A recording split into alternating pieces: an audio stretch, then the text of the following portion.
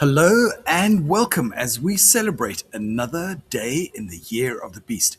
It's just before 6 o'clock here, and today we are checking in on a wine farm in the Overberg area where they are directly connected to Eskom and are charged time of use tariffs that are up to 7 times higher in the high peak areas. But what Fox and the Fox Cloud 2 have gloriously provided to us is Mode Scheduler, which is incredibly easy to access here under your quick settings.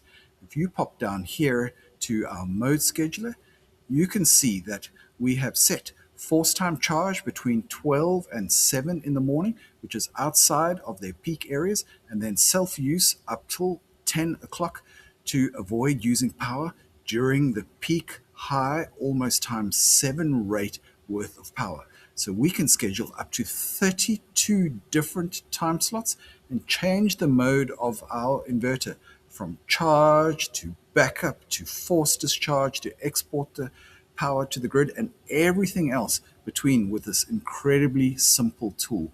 And it's so simple that if you can schedule an alarm clock on your phone to wake you up in the morning, you're going to be able to use Mode Scheduler to save loads on your electricity bill.